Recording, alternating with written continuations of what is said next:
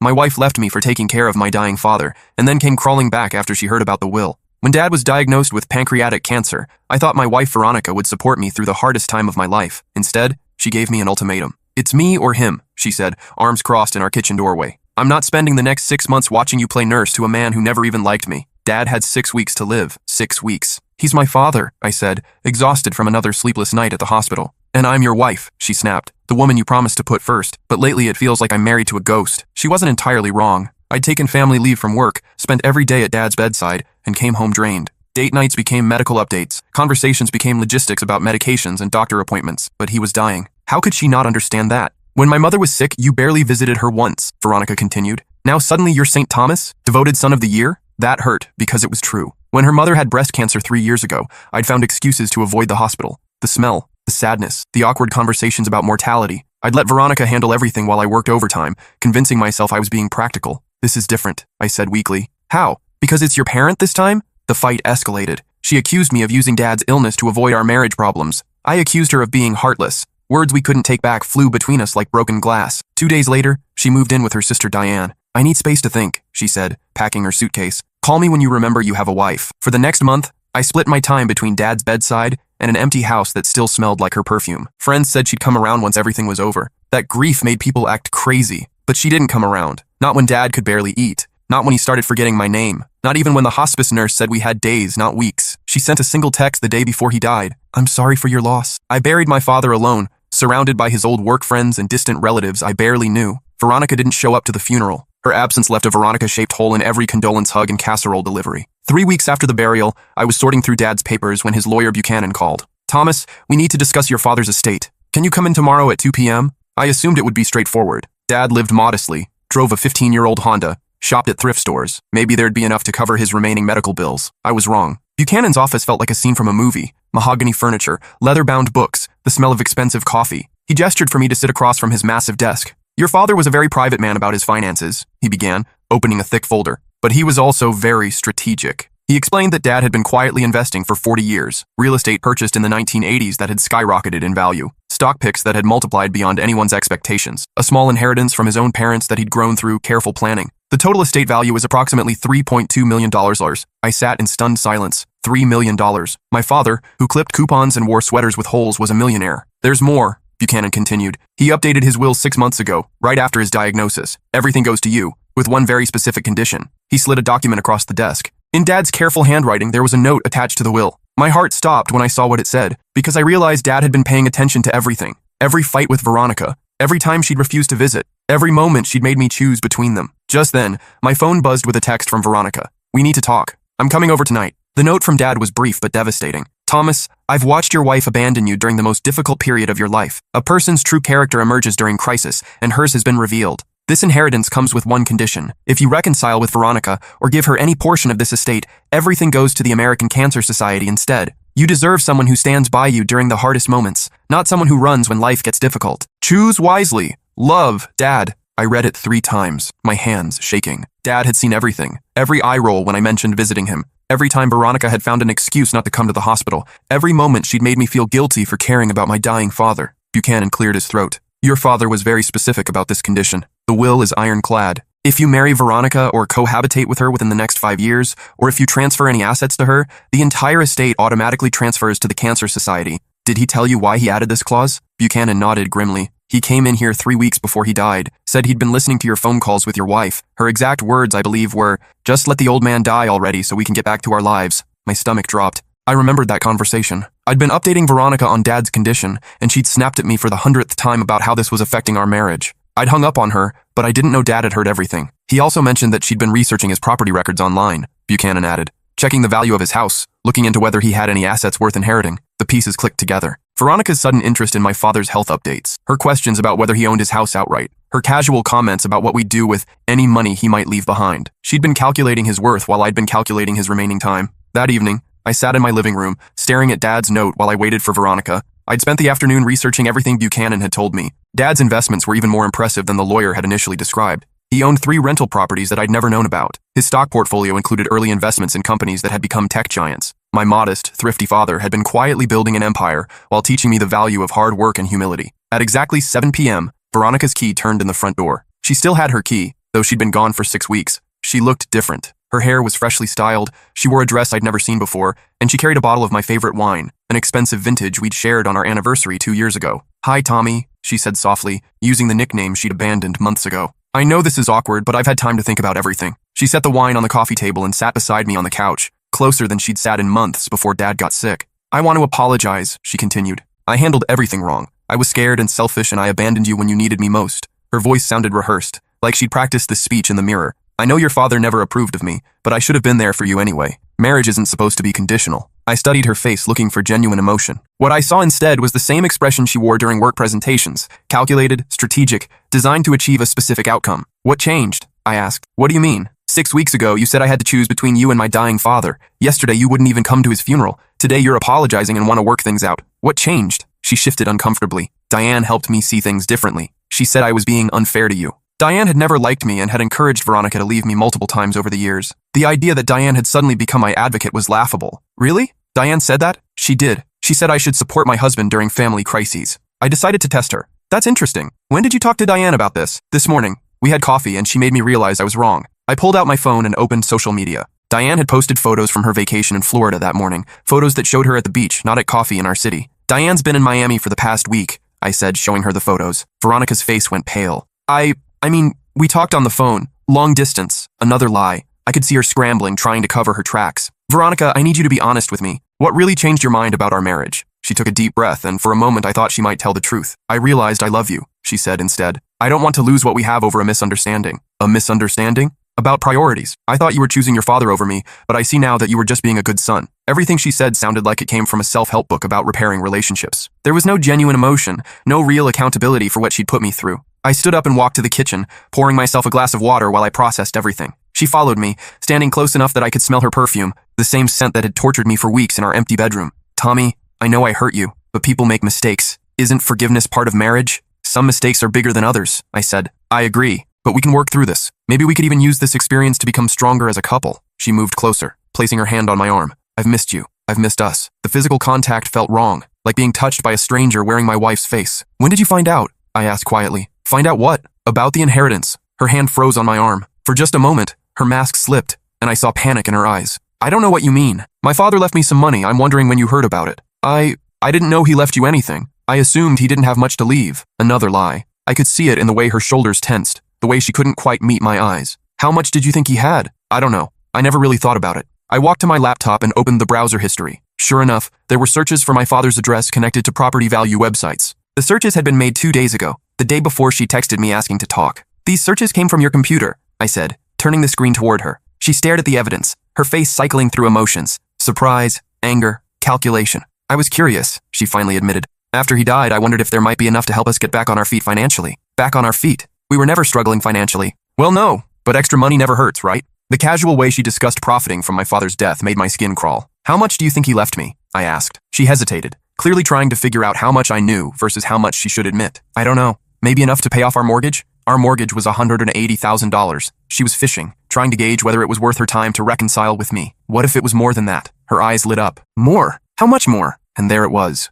the real reason she'd come back. Not love, not regret, not a desire to repair our marriage. Money. "Does it matter?" I asked. "Of course not," she said quickly. "I love you regardless of any inheritance, but it would be nice to know what we're working with for our future." Our future. She was already planning how to spend money that came from the man she'd refused to visit while he was dying. "Veronica, I need to ask you something, and I want you to be completely honest." She nodded eagerly. "If my father had died broke, would you be here right now trying to reconcile our marriage?" She opened her mouth to answer, then closed it. I could see her trying to calculate the right response. "That's not fair," she said finally. "You're making this about money when it's about love, is it?" "Of course it is. I'm here because I realized I made a mistake. I'm here because I love you and I want to save our marriage." "Then you won't mind signing something." I walked to my desk and pulled out a document I'd prepared after leaving Buchanan's office. I'd suspected this moment might come. "What is that?" "A post-nuptial agreement stating that you waive any claim to inheritance I received from my father's estate." Her face went white. "Why would I need to sign that?" "Because if you're really here for love and not money, it shouldn't matter to you." She stared at the document like it was written in a foreign language. "This seems hostile, like you don't trust me." "Do I have a reason to trust you?"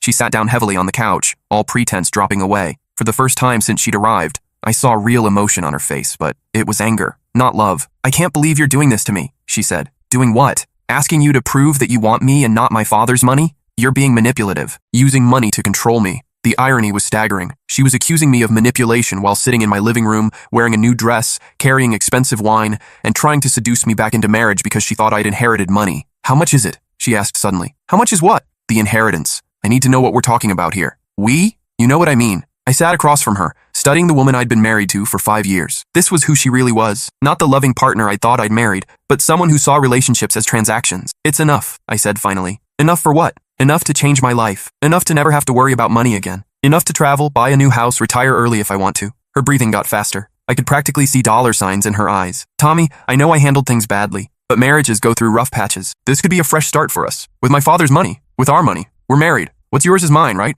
Actually, no. Not inheritance money. Not in this state. I'd researched the laws extensively that afternoon. Inheritance was considered separate property unless it was actively commingled with marital assets. But if we stay married and I deposit it in our joint account, then it becomes ours, she said. The fact that she knew this revealed how much research she'd done. Is that your plan? I asked. Come back, wait for me to deposit the inheritance, then divorce me and take half? How can you say that? I'm trying to save our marriage. By researching property law and showing up the day after you found out I inherited money. She stood up, pacing around the living room like a caged animal. Fine. You want me to be honest? Yes. I heard about the money. Diane saw the obituary online and noticed it mentioned your father's successful business ventures. She looked up property records and found out he owned multiple properties. She called me. The truth, finally. And it was worse than I'd imagined. So you decided to come back because you found out he was rich. I decided to come back because I realized what I'd lost. Not just you, but the life we could have together. The wealthy life we could have together. Is that so wrong? Money makes everything easier. We could pay off debt, travel, buy a nice house, maybe start a family. The mention of starting a family made me sick. She'd refused to discuss children for years, saying we couldn't afford them.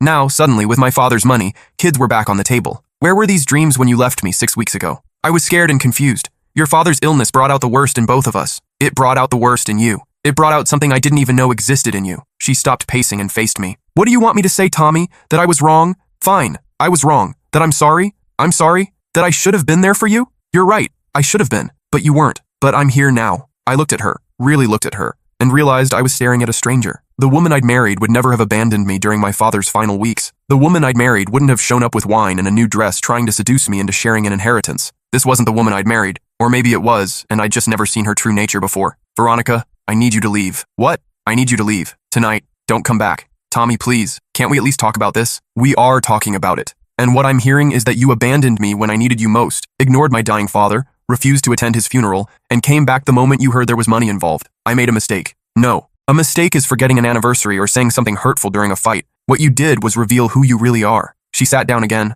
and for a moment she looked genuinely sad. I know I hurt you, but I love you. I've always loved you. Do you? Or do you love the idea of being married to someone who just inherited millions? Her head snapped up. Millions? I cursed myself for letting that slip, but the damage was done. How many millions? She asked. It doesn't matter. It does to me. And there it was, the final confirmation of everything I'd suspected. Get out, I said quietly. Tommy, get out. Now, before I call the police. She stared at me for a long moment, and I saw her cycling through strategy, anger, tears, seduction, guilt. Who was trying to figure out which approach would work. Finally stood up. You're making a huge No, I made a huge mistake 5 years ago when I married you. I'm fixing it now. She walked toward the door, then turned back. You can't cut me out of this. I'm your wife. I have rights. Actually, you don't. Not to inheritance money, and especially not to this inheritance money. Something in my tone made her pause. What does that mean? I pulled out my father's letter and read the relevant section aloud. If you reconcile with Veronica or give her any portion of this estate, everything goes to the American Cancer Society instead. Her face went through a range of emotions. Shock, disbelief, rage. He can't do that. He did do that. The will is ironclad. We can contest it.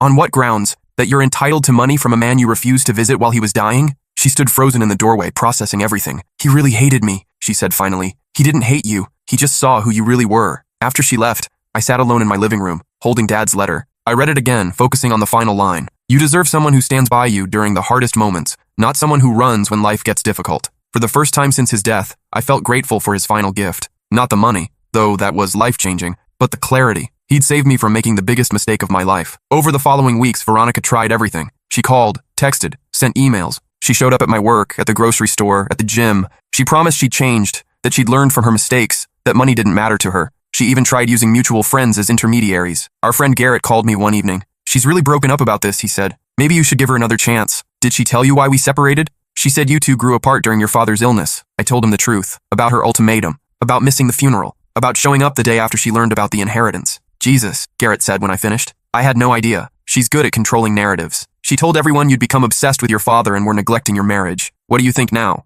I think you dodged a bullet. Others weren't so understanding. Veronica had painted herself as the victim of my sudden wealth and heartlessness. Some of our mutual friends chose sides and I lost several relationships. But I also discovered who my real friends were. The ones who had watched me struggle through Dad's illness. The ones who had noticed Veronica's absence and said nothing because they didn't want to interfere in our marriage. 3 months after Dad's death, I was settling into my new reality. I'd paid off my mortgage, quit my soul-crushing corporate job, and started volunteering with a grief counseling organization. The inheritance had given me financial freedom, but more importantly, it had given me the clarity to build the life I actually wanted. That's when I met Rebecca. She was a nurse at the hospital where Dad had spent his final weeks. I recognized her immediately. She'd been one of the angels who had made his last days more comfortable. When I saw her at a coffee shop near the hospital, I approached her to say thank you. "Mr. Whitman," she said warmly, "how are you doing?" "Better. I wanted to thank you for everything you did for my father, and for me. He was a wonderful man. He talked about you constantly, how proud he was of you." We ended up talking for 2 hours. She told me stories about Dad that I'd never heard, how he'd worried about leaving me alone, how he'd asked the nurses to make sure I was eating and sleeping enough. "He loved you so much," she said, "but he was also worried about your marriage. He talked to you about that?"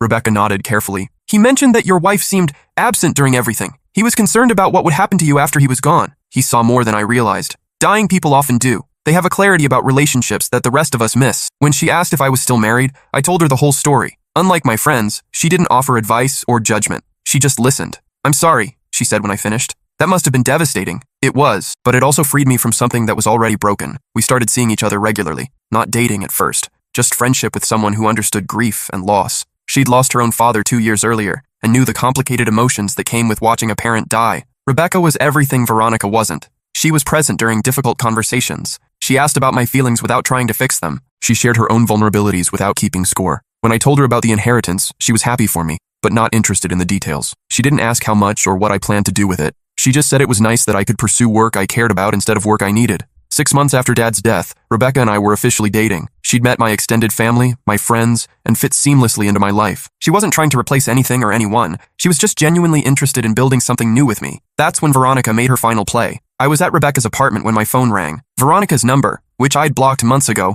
was somehow getting through. "Don't answer it," Rebecca said gently. But something made me pick up. "Tommy, please don't hang up." "What do you want, Veronica?" "I need to see you. It's important. We have nothing to discuss. I'm pregnant." The words hit me like a physical blow. Rebecca, who could only hear my side of the conversation, moved closer, concern on her face. "What?" "I'm pregnant. With your baby. That's impossible. We were together before your father got sick, before everything fell apart." I did the math in my head. We'd had sex exactly once in the weeks before Dad's diagnosis. A quick, mechanical encounter that felt more like obligation than intimacy. It was possible, but unlikely. "I need to see you," she continued. "We need to talk about what this means for us. If you're really pregnant, we can talk. But not about us. There is no us. There's going to be an us if we're having a baby together. We'll see." I hung up and looked at Rebecca, who was trying to read my expression. "What's going on?" I told her about the call, about the pregnancy claim, about the timing and my doubts. "What do you want to do?" she asked. "I want a paternity test. And if it's yours, then I'll be the best father I can be. But that doesn't mean I'm getting back together with her." Rebecca nodded. "I understand. Do you? Because this complicates everything.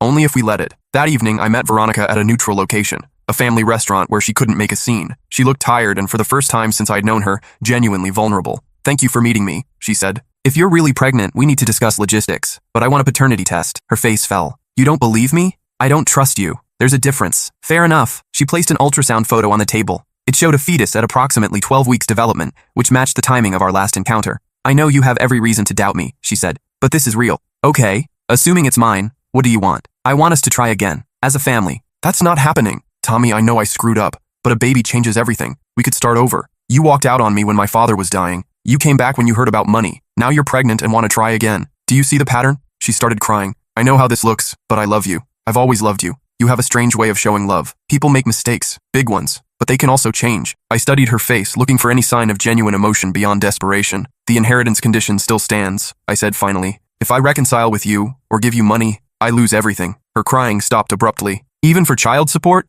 "I'll pay child support, but through the courts with proper documentation, not by getting back together with you. So you'll support the baby but not me. The baby didn't abandon me during the worst period of my life." She dabbed at her eyes with a napkin, smearing her carefully applied makeup. "This isn't how I imagined telling you." "How did you imagine it?" "I thought you'd be happy, that we'd figure out how to make it work." "I might have been, before everything that happened. But you showed me who you are when things get difficult. What if I prove I've changed?" "How?" She didn't have an answer for that. 2 weeks later, the paternity test results came back. The baby was mine. I stared at the document, processing what this meant for my future. I'd be tied to Veronica forever through this child. She'd have a legitimate reason to contact me, to be part of my life, to try to wiggle her way back into my finances. But as I thought about it more, I realized something else. I was going to be a father. Despite everything that had happened, Despite the complicated circumstances, there was going to be a tiny person who was half me. That night, I called my Uncle Raymond, Dad's brother, who lived across the country. I heard about your father's will, he said after we'd caught up. Smart man. He never liked that woman. Did he talk to you about her? Many times. He said she was using you.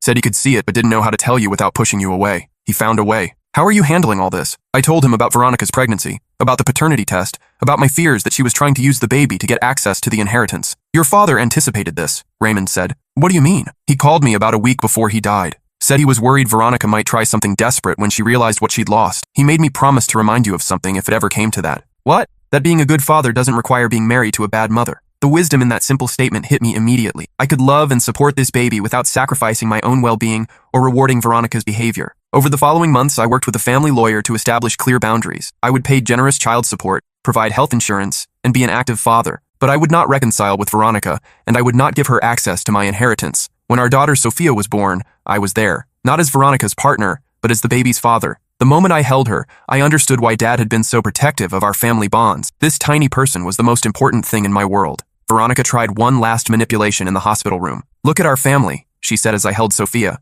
We belong together. We're not a family, I said gently, not wanting to upset the baby. We're co-parents. What's the difference? A family supports each other through hard times. Co-parents share responsibility for a child. She was quiet for a long moment. I really did love you, you know. Maybe you did, but not enough to stand by me when I needed you most. 6 months later, Veronica moved to another state with Sophia for a job opportunity. She claimed it was about career advancement, but I suspected she was hoping distance would make me more willing to compromise about our relationship. Instead, I flew out every other weekend to see my daughter. I set up a nursery in my house for when she could visit. I video called every evening to read her bedtime stories. Being a long-distance father was challenging, but it also protected both Sophia and me from Veronica's ongoing attempts at manipulation. When she realized I was serious about maintaining boundaries, she gradually stopped the romantic overtures and focused on co-parenting. A year after Sophia's birth, Rebecca and I got engaged. She'd been patient through all the drama with Veronica, supportive during the pregnancy, and welcoming when I brought Sophia home for visits. Are you sure you want to take this on? I asked her the night I proposed. It's complicated. The best things usually are, she said. Rebecca had no interest in my inheritance money. She had her own career, her own savings, her own goals. When we got married, we kept our finances separate by mutual agreement.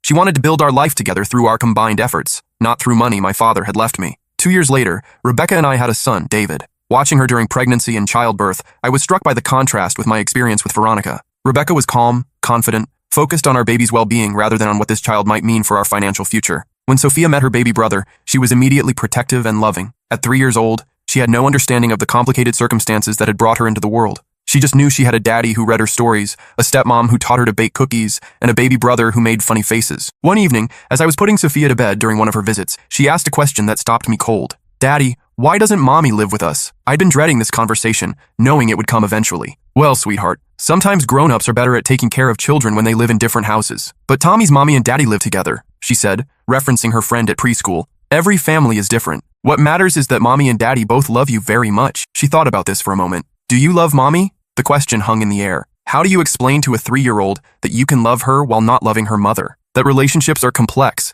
and sometimes people aren't good for each other even when they create something beautiful together. I love that Mommy gave me you, I said finally. You're the best thing that ever happened to me. She smiled and hugged me tight. I love you too, Daddy. As she drifted off to sleep, I thought about Dad's letter and his final gift to me. The money had been nice, but the real inheritance was the wisdom to choose people who would stand by me during difficult times. Rebecca, who had supported me through the custody negotiations and Veronica's ongoing drama. My true friends, who had seen through Veronica's victim narrative. Even Uncle Raymond, who had carried Dad's message to me when I needed to hear it most. 5 years after Dad's death, I was living a life that honored his memory and his values. I was present for my children, both of them. I was married to someone who saw me as a partner, not a bank account. I was using my financial freedom to pursue meaningful work and support causes that mattered to me. Veronica occasionally still tried to rekindle our relationship, especially when she faced financial difficulties, but those attempts became less frequent as she realized I wouldn't budge on the boundaries I'd established. Sometimes I wondered what would have happened if Dad hadn't left that condition in his will. Would I have taken Veronica back? Would I have convinced myself that love could overcome what she'd done to me during his final weeks? I like to think I would have seen through her motivations eventually, but I was grateful I hadn't had to find out. The inheritance had given me financial security, but Dad's real gift was much more valuable. He'd given me the clarity to see people as they really were, not as I wanted them to be. He'd taught me that true love shows up during the hardest moments, not just the easy ones, and most importantly, he'd shown me that sometimes the most loving thing a parent can do is protect their child from making a devastating mistake. On the 5th anniversary of his death, I took Sophia to visit his grave. She was 7 now, old enough to understand that Grandpa had died before she was born, but had loved her anyway. Daddy, will you tell me about Grandpa? She asked as we placed flowers on his headstone. He was brave, I said. and wise, and he loved his family more than anything else in the world. Even more than money? I smiled at her innocent question. Much more than money, sweetheart. Much more. As we drove home, I thought about all the ways Dad continued to influence my life. His values guided how I parented Sophia and David. His example showed me what it meant to love someone enough to make hard decisions for their well-being. And his final gift, that conditional inheritance, had saved me from a life of wondering whether my wife loved me or just my bank account. The money was nice, but the peace of mind was priceless.